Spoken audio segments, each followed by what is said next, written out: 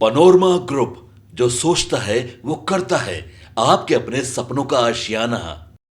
नमस्कार, city post live देख रहे हैं। मेरा नाम वसीर है। बिहार विधानसभा चुनाव को लेकर के सट्टा बाजार में भी बड़े बड़े सट्टा लग रहे हैं। जी हाँ, सट्टा बाजार 1.5 यानी 1.5 लाख करोड़ का दांव नीतीश कुमार और तेजस्वी यादव का कितना प्रभाव है, इसको लेकर के बड़े बड़े सट्टा बाजार में जो है वो सट्टा लग रहे हैं। हम जानेंगे कि कौन सा सट्टा बाजार सबसे सटीक है और कितना जो प्रभाव छोड़ता है सट्टा बाजार, और कहाँ पर कौन सी सट्टा बाजार कौन से शहर में है। सर, सट्टा बाजार जो है बड़ी दाव लगा रही है एनडीए पर, या फिर बिहार चुनाव को लेकर के बहुत इंटरेस्ट दिखा रही है। सट्टा बाजारों में हर चुनाव में हलचल रहती है और इस बार भी बहुत हलचल दिखाई दे रही है।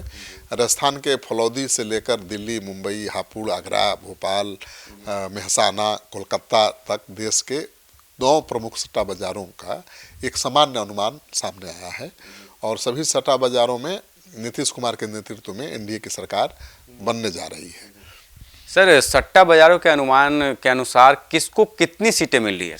देखिए, एनडीए को 135 से 145 जो हमारे सर्वे के आसपास है। महागठबंधन को 88 से 100, ये भी हमारे सर्वे के बहुत करीब है। बिहार विधानसभा के सदस्यों की संख्या 243 है और बहुमत के लिए 122 का आंकड़ा चाहिए। मुंबई सट्टा बाजार के ताज़ा अनुमान के अनुसार एनडीए को बिहार में 147 से 150 सीटें मिल सकती हैं, जो हमारे अनुमान से, हमारे सर्वे से थोड़ा दूर है। हमारे सिटी पोस्ट सर्वे के अनुसार, एग्जिट पोल के अनुसार 130 से 135 सीटें एनडीए खाते में आ सकती हैं। इसका मतलब है कि सट्टा बाजार नीतीश कुमार के नेतृत्व में एनडीए की वापसी को लगभग तय मानकर चल रहा है और सट्टा बाजार के अनुसार महागठबंधन मतलब आरजेडी, कांग्रेस और वाम दल को 86 से 89 सीटें मिलने की उम्मीद है।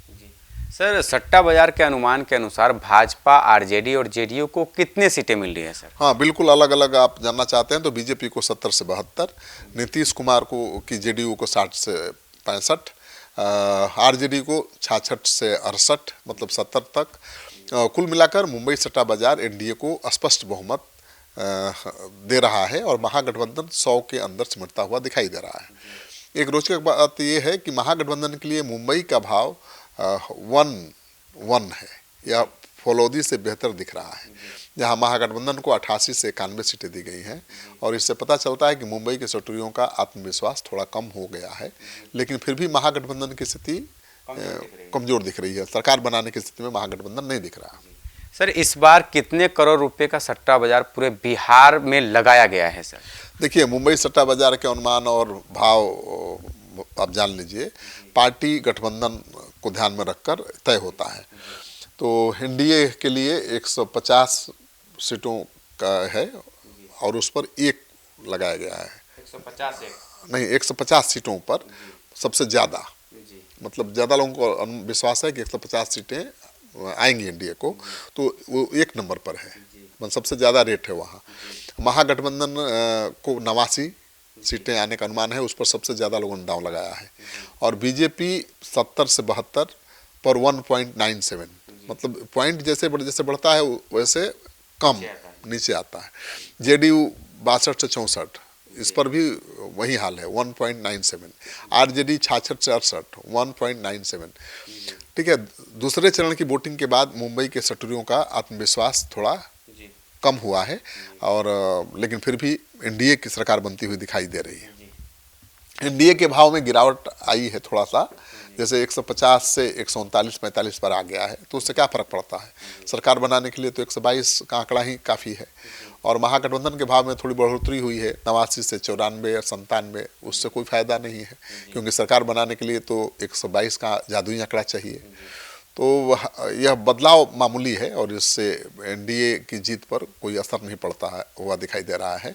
मुंबई सट्टा बाजार में एक दिलचस्प स्थिति यह है कि ओडीडी और इवन सीटों पर दांव एक समान है। जैसे बीजेपी के लिए ओडीडी 1.97 है, इवन 1.97 है। जेडीयू के लिए ओडीडी 1.97 है, इवन 1.97 है। आरजेडी के लिए भी वैसा ही है, 1.97, 1.97। समान भाव का मतलब है कि मुंबई के सट्टुरियों को लगता है कि किसी भी पार्टी की सीटें ओडीडी या इवन कोई भी हो सकती हैं। इसका अर्थ है कि सीटों की संख्या में थोड़ा बहुत उतार चढ़ाव हो सकता है। जैसे बीजेपी को 70 सीटें हो सकती हैं या 71 भी हो सकती हैं, जेडीयू को 62 सीटें भी हो सकती हैं, उससे कम और ज़्यादा भी हो सकती हैं, आरजेडी को 60 से ज़्यादा सीटें हो सकती हैं, 17 के करीब भी हो सकती हैं। तो इसका मतलब यही है। सर, राजस्थान के जोधपुर जिला का जो फलौदी सट्टा बाजार है वो हमेशा से ही चर्चा में रहा है और हर बार सही भी हुआ है। ये आखिरी सवाल है। बिल्कुल, इस बाजार ने 2020 के विधानसभा चुनाव में एनडीए को ठीक 125 सीटें दी थी और यह सटीक साबित हुई। तो फलौदी के लेटेस्ट जो अनुमान है उसके अनुसार एनडीए को 140 से 145 सीटें मिल रही हैं, बीजेपी को 68 से 71, जेडीयू को 58 से 61, महागठबंधन को 88 से 91 सीटें, जिसमें से आरजेडी को 67 से 71, कांग्रेस को 13 से 15। तो बड़ी दिलचस्प आंकड़ा है फलौदी बाजार का। सर, दिल्ली सट्टा बाजार का क्या कहता है सर? देखिए, दिल्ली राजधानी के कनॉट प्लेस और चांदनी चौक के सट्टा बाजार ने भी एनडीए को बहुमत मिलने का अनुमान लगाया है और एनडीए को 142 से 145 सीटें दी है, बीजेपी को 69 से 71, जेडीयू को 59 से 61, महागठबंधन को 88 से 91, आरजेडी को 67 से 69 सीटें। तो मुझे लगता है कि सब सट्टा बाजार का एक ही है कि भाई एनडीए की सरकार बन रही है। सर, गुजरात के शहरों का भी सट्टा बाजार का अनुमान आया है सर, क्या है गुजरात के सट्टा बाजार? हाँ, जब देश में बीजेपी की सरकार है, प्रधानमंत्री मोदी हैं, बिहार में चुनाव है, तो गुजरात की चर्चा तो आप स्वाभाविक कर रहेंगे, मैं जानता हूँ। गुजरात के 5 शहर हैं, ओझा, मेहसाना, अहमदाबाद, सूरत, राजकोट, जहाँ पर भारी सट्टेबाजी हो रही है और वहाँ भी एनडीए गठबंधन को बढ़त दिखाई जा रही है। इस सट्टा बाजार, गुजरात सट्टा बाजार के अनुसार बीजेपी को 68 से 85 सीटें मिल जाएंगी, जेडीयू को 45 से 61 सीटें। मतलब गुजरात का सट्टा बाजार नीतीश को कम दिखा रहा है, कम आंक रहा है, बीजेपी को बहुत ज़्यादा आंक रहा है। एलजेपी को 4 से 6 सीटें, एलजेपी को भी बहुत दबा रहा है। हम और अन्य के खाते में 2 से 4 सीटें, कुल मिलाकर 135 से 145 सीटें। मतलब सरकार तो एनडीए के बनता हुआ गुजरात का सट्टा बाजार दिखा रहा है, लेकिन वो सबसे ज़्यादा मजबूत किसको दिखा रहा है? बीजेपी को। और सबसे ज़्यादा कमज़ोर किसको दिखा रहा है? जेडीयू और चिराग पासवान को। तो मुझे लगता है कि वहाँ का सट्टा बाजार ये सोचता है कि भाई नीतीश कुमार तो बीजेपी की मजबूरी बने हुए हैं, बीजेपी चाहकर भी अपना सीएम नहीं बना सकती जब तक वो एक्शन में है, और चिराग पासवान को भी आने वाली चुनौती के रूप में बीजेपी देख रही है। मतलब गुजरात का सट्टा बाजार ये नहीं चाहता है कि भाई चिराग बहुत बेहतर करे, क्योंकि वो बीजेपी के लिए सरदर्द साबित हो सकते हैं। और इस चुनाव में तो चर्चा तो है ही कि बीजेपी जेडीयू ने मिलकर चिराग पासवान को ठिकाने लगाने की कोशिश की है। तो दिलचस्प है। और महागठबंधन के बारे में गुजरात का जो सट्टा बाजार है वो 67 से 78 सीटें दे रहा है तेजस्वी को भी, कांग्रेस को 13 से 17 सीटें दे रहा है, वाम दल को 3 से 6 सीट, बहुत कम, और कुल 88 से 115 सीटें दे रहा है। लेकिन सबसे बड़ी बात यह है कि चिराग को बहुत कमज़ोर दिखा रहा है, सहयोगी दलों को बहुत कमज़ोर दिखा रहा है गुजरात का सट्टा बाजार, बीजेपी को बहुत मजबूत दिखा रहा है और आरजेडी को मजबूत दिखा रहा है। वो चाहता है कि यही स्थिति बनी रहे, दोनों पार्टी। हाँ, छोटे दल जो है सहयोगी दल वो ब्लैकमेल ना करे, दबाव ना बनाए। हाँ, आमने सामने आरजेडी बीजेपी के बीच लड़ाई हो तो सीधा फायदा बीजेपी को मिलेगा। सर, सवाल है कि जन सुराज प्रशांत किशोर की जो पार्टी है और एआईएमआईएम का क्या हाल रहने वाला है? हाँ, जन सुराज को सट्टा बाजार के अनुसार केवल 2 ही सीटें मिल रही हैं, 0 से 2 सीटें, मतलब 0 भी हो सकता है, 2 सीटें भी मिल सकती हैं। एमआईएम को 2 से 3 सीटें दी जा रही हैं और सट्टा बाजार में नीतीश कुमार के मुख्यमंत्री बनने का भाव भी खुल गया है। फलौदी सट्टा बाजार में नीतीश कुमार के मुख्यमंत्री बनने का भाव 40 से 45 पैसे चल रहा है। यह सट्टा बाजार में सबसे स्थिर और मजबूत भाव माना जाता है। सट्टा बाजार की भाषा में भाव का मतलब पहले आप जान लीजिए। 1 रुपया से कम भाव मतलब जीत की बहुत ज़्यादा संभावना, 1 रुपया से ज़्यादा मतलब हाँ सामान्य संभावना, 2 से ऊपर जीतने की बहुत कम संभावना। तो नीतीश कुमार के सीएम बनने पर भाव 40 से 45 पैसे है। इसका मतलब है कि अगर कोई सटोरिया नीतीश के सीएम बनने पर 1000 रुपये लगाता है तो ऐसा होने पर उसे 1000 रुपये के साथ 400 से 450 रुपये मिलेंगे। सट्टा बाजार में एनडीए के भीतर नीतीश के अलावा किसी अन्य नेता को सीएम का चेहरा नहीं माना जा रहा है। सर क्या हंग असेंबली पर भी दांव लगा रहा है सट्टा बाजार? हाँ, लगता ही है कुछ सट्टा बाजारों में हंग असेंबली पर दाव लगाए जा रहे हैं, लेकिन इसका भाव बहुत ऊंचा है, करीब 8 रुपया से 10 रुपया।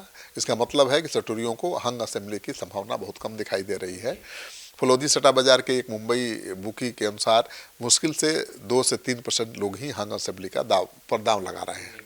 ज़्यादातर लोग एनडीए की साफ जीत पर पैसा लगा रहे हैं। मतलब सट्टा बाजार में एनडीए की बम है, लेकिन बिहार के जनता के बाजार में क्या हाल है, ये इसके लिए तो आपको भी इंतजार करना पड़ेगा कल का। तो देखिए बिहार की जनता तो सट्टा बाजार को भी देख रही है और एग्जिट पोल को भी देख रही है, लेकिन कल साफ हो जाएगा कि कल किसकी सरकार बनने वाली है। कल हम लोग सुबह 8 बजे से लगातार वोटिंग का जो काउंटिंग होगा उसका लाइव तस्वीर दिखाएंगे। मतलब कौन जीत रहा है, कौन कितना आगे, कौन कितना पीछे हुआ, किस सीट से कौन बाजी मार रहा है, कौन चुक रहा है, सारी तस्वीर सुबह 8 बजे से लेकर जब तक मतगणना खत्म ना हो जाए सिटी पोस्ट आपको दिखाते रहेगा। तो आप सिटी पोस्ट के साथ सुबह 7 बजे से ही जुड़ जाइए, क्योंकि हमारा कार्यक्रम 7 बजे से शुरू होगा। 8 बजे से वोटों की गिनती का काम शुरू होना है, लेकिन 7 बजे से ही जुड़िए ताकि हम लोग थोड़ा चर्चा कर लें चुनाव के माहौल पर। और उसके बाद जैसे ही काउंटिंग शुरू होगी, सबसे पहले पोस्टल बैलेट की गिनती होगी, उसके रुझान के बारे में बताएंगे और फिर वोटों की गिनती होगी। मतलब दोपहर होते होते रुझान सामने आ जाएंगे, तस्वीर साफ हो जाएगी कि किसकी सरकार बन रही है।